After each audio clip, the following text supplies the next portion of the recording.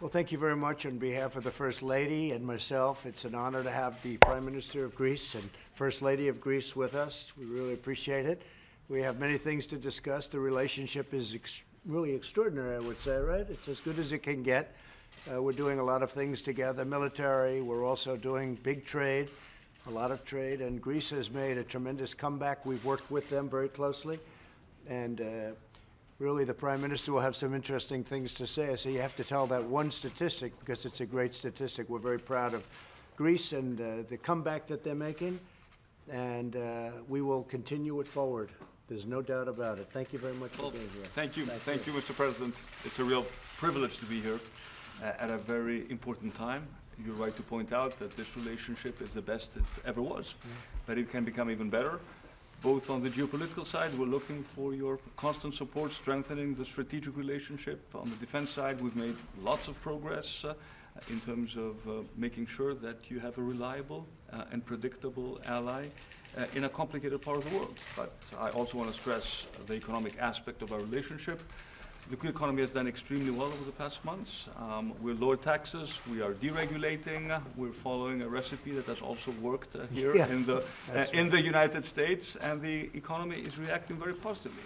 So we'll also be looking to your support to convince American companies to invest more in Greece and help us grow the economy at a pace where people are really going to feel the difference. So it's a privilege to be here. You can always count on, the United States can always count on Greece as a reliable and predictable ally in our part of the world. Well, we appreciate it, and again, congratulations. Really one of the, percentage-wise, one of the biggest increases in the world, and that's a big statement, and that's a tremendous comeback, and you've done a fantastic job. You've really united the country. So again, congratulations. Thank you. Thank you very much, Mr. President.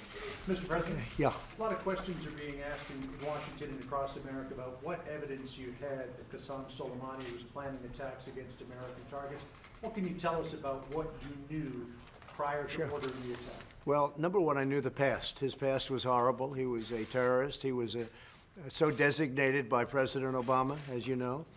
And he wasn't even supposed to be outside of his own country. He was, so right there. But that's, in a way, the least of it. We had an attack very recently that he was in charge of where we had people horribly wounded, one dead. In fact, the number now, as of this morning, I believe is 2 dead. And that was his. He was traveling with the head of Hezbollah.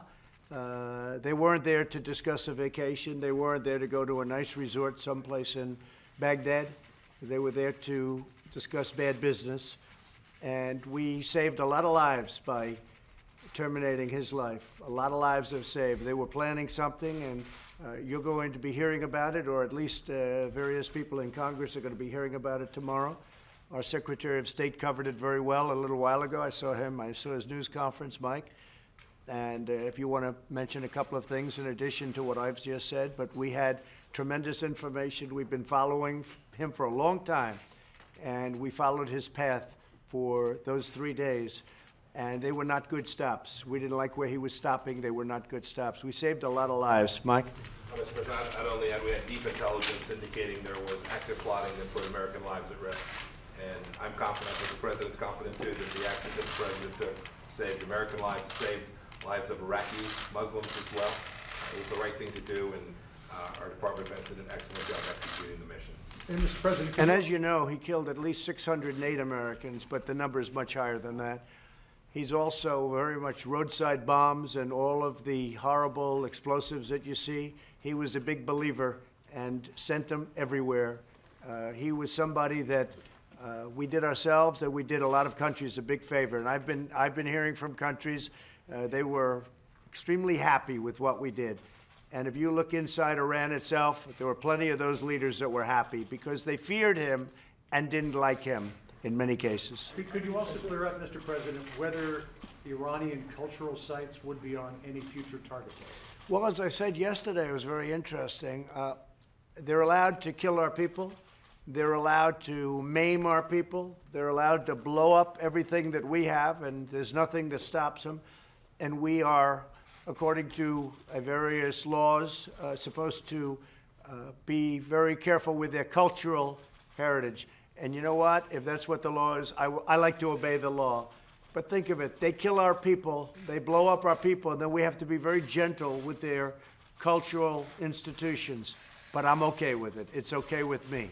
I will say this, if Iran does anything that they shouldn't be doing, they're going to be suffering the consequences, and very strongly. Are All right, there any Steve? signs of imminent retaliation from the Iranians?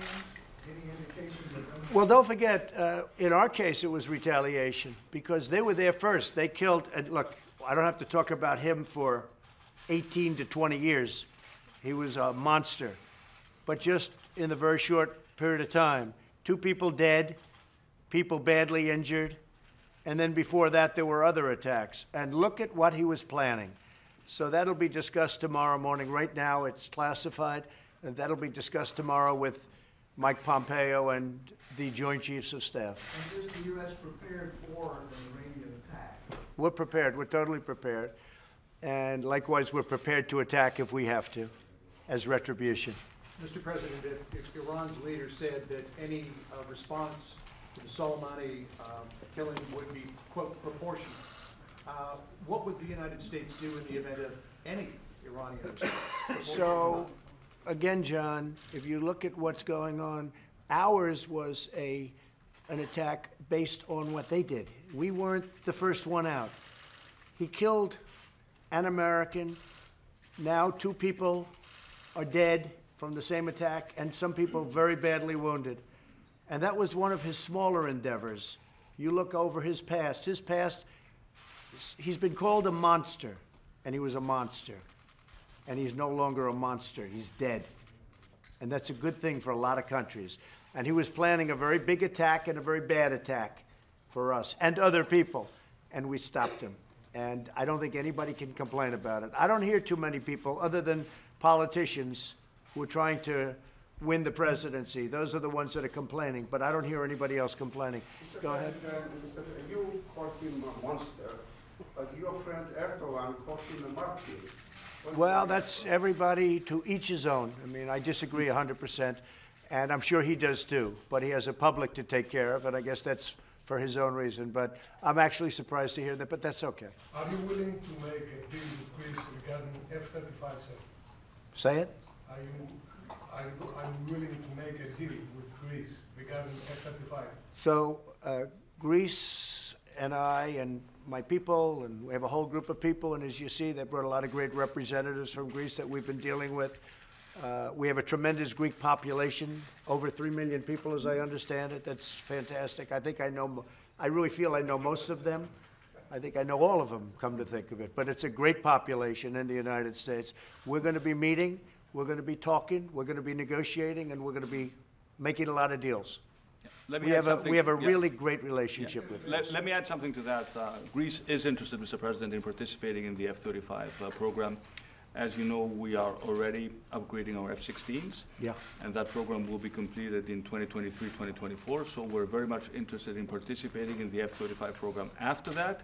And I'm sure that the U.S. will take into consideration the fact that this country is coming out of an economic crisis in terms of structuring the program in the best possible way for my country. That's true. And, you know, they just signed a very big renovation of existing aircraft. They have great aircraft, but it's gotten a little bit tired. And they've done a renovation that's going to bring it up to brand new. And we look forward to doing that. A couple of our great companies are doing it. Okay? How do you feel about the idea of supposed withdrawal from Iraq being a possibility? Isn't that something Soleimani actually wanted all these years? Well, it's something that I want too. I mean, eventually they have to be able to defend themselves and take care of themselves. And it's something ultimately that I want to see. We don't want to be there forever. We want to be able to get out. I didn't want to be there in the first place, to be honest, and everybody knows that. That was when I was a civilian, I said it. But we were there, and they made a decision, and I disagreed with that decision very strongly. But we're there now. We've done a great job. We've gotten rid of the caliphate. 100% of the caliphate is gone, and which is ISIS. We have thousands of ISIS prisoners that we're keeping right now under lock and key, and we want Europe to take many of these prisoners because they came from Germany, France, and other places. probably a few from Greece, in all fairness. We'll have Well, to talk to you about that. none from Greece so far. You're lucky. Yeah. You're lucky. But we have a lot of people right now in prison, ISIS fighters that are tough fighters, and they are where they should be. So I think we've done a fantastic job, but eventually we want to be able to let Iraq run its own affairs, and that's very important. So at some point we want to get out, but this isn't the right point. The other thing is, if we do get out, you know, we've spent a tremendous amount of money on building airports and building, it's one of the largest embassies we have in the world, Mike, and we want to be reimbursed for the various costs that we have had, and they're very significant, but we'll work something out. And I talk sanctions, but I'm only talking sanctions if we're not treated with respect. We have to be treated with respect. We deserve, I'll tell you what, with what we did, with what, excuse me, wait, 1 second. With what we did with ISIS, and this was done during my administration, because it was a mess before we got here. With what we did with ISIS, we've done the Middle East and we've done a lot of other countries a tremendous favor. Yeah, go ahead. Do you agree with the Turkish provocations in Libya, in Eastern Mediterranean, against Greece, and are you willing to talk to your friend Erdogan? We are talking to him, and we're talking to, we're talking to, when you're talking about Libya, we're discussing with President Erdogan, we're discussing with many other countries. I just spoke with the Chancellor of Germany, with Angela, and we talked about that subject specifically, Libya, what's going on. We'll be talking to Russia, they're involved. A lot of countries are involved with respect to Libya, and it's right now a mess.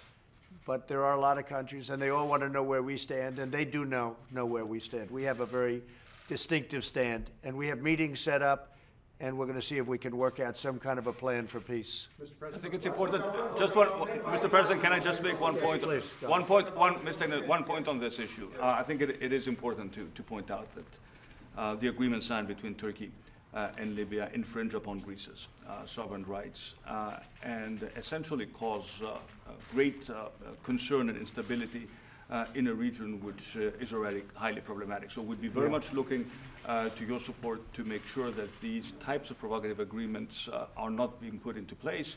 And I think we should refrain in general in the Eastern Mediterranean for any sort of activity that inflames passions and that doesn't, promote regional peace and security. So we'll be very much looking forward to your support on this issue, because it is a very important issue for my country. Mr. President, the Iraqi government says it expects U.S. forces to leave the country after the letter that it received, General Mark Milley said, by mistake yesterday. What do you say to the Iraqi government about the possibility of U.S. forces leaving based on that letter? Well, I don't know anything about that letter. The letter was sent, and I understand it was an unsigned letter. So I could maybe let Mike speak to it. I don't know if that letter was a hoax, or was it unsigned, or what? But the Iraqi government is saying they're taking you at your word, they expect U.S. forces to leave. Well, I think it's the worst thing that can happen to Iraq. If we leave, that would mean that Iran would have a much bigger foothold, and the people of Iraq do not want to see Iran running the country. That I can tell you. So we'll see how it all works out.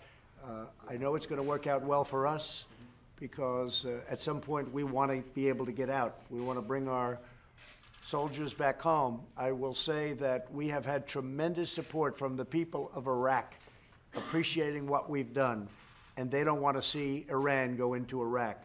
But they're neighbors, and over a period of years, something will happen. We'll see what that is. But what was said yesterday, I didn't know about. I really don't know about it. What is that, Mike? What exactly was that? I just know that there was a draft letter that was A draft unsigned. letter. And the media knew that, so, but they don't like to say that, yeah. The Iraqi people understand that we're there to help them stand up their sovereignty. The Iraqi people were not happy when the suggestion was made yesterday that we were thinking about leaving at some point. They were not happy, but at some point we will want to leave. Quick different topic. No. Steve, go ahead. Steve? Are you ready for the Senate impeachment trial? What? Are you ready for the Senate trial? Yeah, whatever it is, it's a hoax. The impeachment is a big hoax.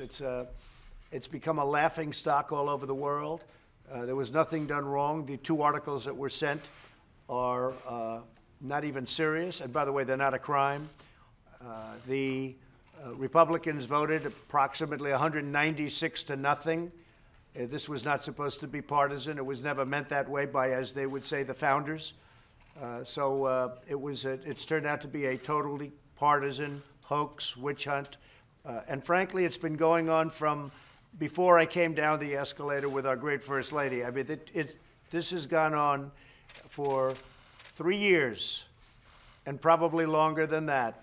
And it'll be very interesting when the final tabulation is set and when the facts are released, because a lot of people are working on those facts right now. It's a big deal. It's in many ways the greatest hoax ever perpetrated on our country. It's one of the great hoaxes ever.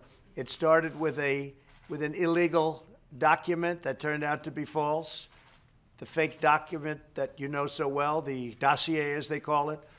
And it went on from there. It was set up by a bunch of dirty cops and others, working with the DNC, working with the Democrats. And from the day I ran, from the day I was elected, and probably before that substantially, not probably. If you look at the insurance policy was long before that.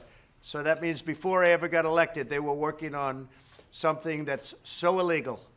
So I assume that will be announced at some point into the future, and hopefully not too far into the future. And the impeachment story is, it's just a continuation of the same. It really is a shame that we can't focus on all of the things. You know, we talk today about Iran, we talk about Iraq, we talk about economic development. We have the greatest stock market we've ever had in the history of our country. We have the greatest economy that we've ever had in the history of our country. We're setting records, unemployment records, employment records also. We're going to have almost 160 million people working. And that we have to work on this partisan scam is really a shame. That we have to take time is a shame. All right, that's about it. Mr. President, one more different topic. Yeah, go ahead. Will you be okay if John Bolton testifies?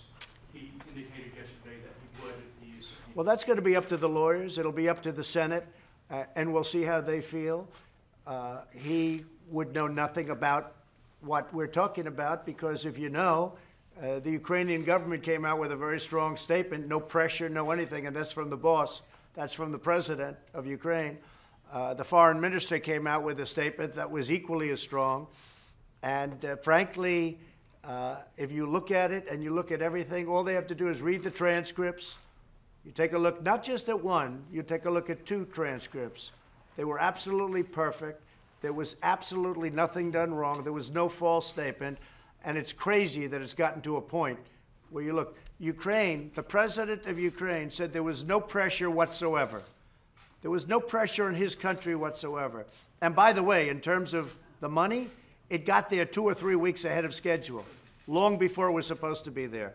There was absolutely nothing done wrong. The one thing I look at is corruption, and the other thing I look at is why isn't France, and why isn't Germany, and maybe I could say why isn't Greece?